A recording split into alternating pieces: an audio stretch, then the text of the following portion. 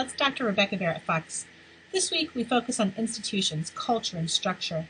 These tend to be the concerns of sociologists interested in macro theories of gender, functionalists, and conflict theorists. As you engage the material this week, keep asking yourself, which perspective describes how I think about gender? In sociology, we, of course, spend most of our time talking about society, and we tend to leave the work of analyzing culture to anthropologists.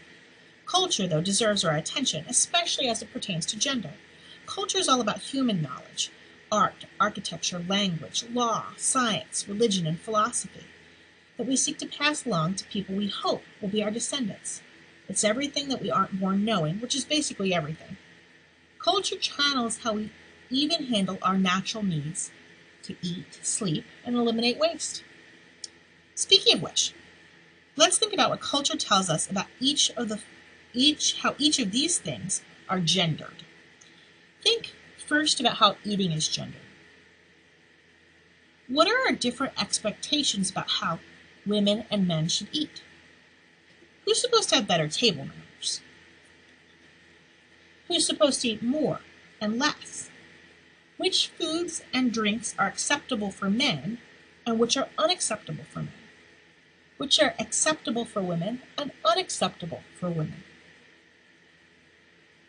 Let's say you're a straight person going on a date with another straight person. Who pays? What are the gender rules about that? And what do you order? What are the gender rules about that? What, if your date ordered it, would shock you and would break the gendered rules? Now think about sleeping.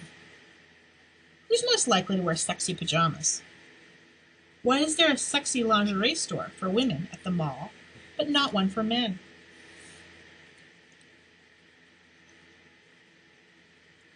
Why do men who want to wear sexy lingerie have to go to sex shops? While women who want to wear sexy lingerie can go to the mall. Let's imagine that you're in a heterosexual partnership. When you sleep together, who gets to be the little spoon? What are unmanly ways of sleeping, or unwomanly ways of sleeping? And which is less sexy, a snoring man or a snoring woman? Or think about eliminating waste.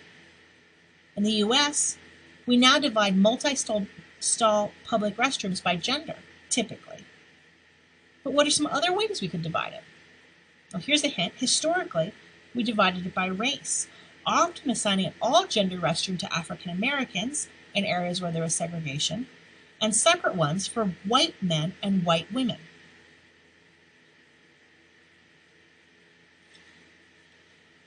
But we can imagine other ways of doing it. Why do we label single-cell restrooms by gender at all? If there's only one toilet in the room, what difference does it make if it's a men's room or a women's room? And why do men's restrooms have less privacy than women's? What kind of decor do you see in women's restrooms versus men's? And why are baby changing stations so often in women's restrooms, but seldom in men's? A last question for you. Which is grosser? A man making jokes about defecation or a woman making jokes about the topic? Of course, these questions will vary according to your perspective and experiences, but our culture tells us some pretty clear answers. Men eat meat, they drink hard liquor, they snore, they fart, they pee outside, and they laugh about it all. Women eat salads, drink margaritas, don't snore, don't pass gas, and don't talk about such things even if they do. Even though these stereotypes aren't true, depending on your context, breaking these norms could result in some serious gender shaming, even violence.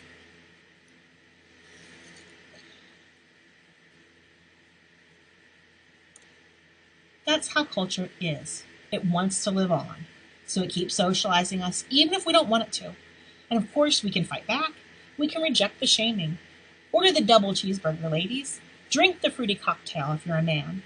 And over time, the culture changes. Culture's always being contested, being challenged. as new people have new ideas, want new things, and frankly, want to reject the old. But making those changes takes power, which isn't distributed evenly across the culture. Some of us have more of it and some less, and those of us most harmed by the status quo, by the way things are, have the least power.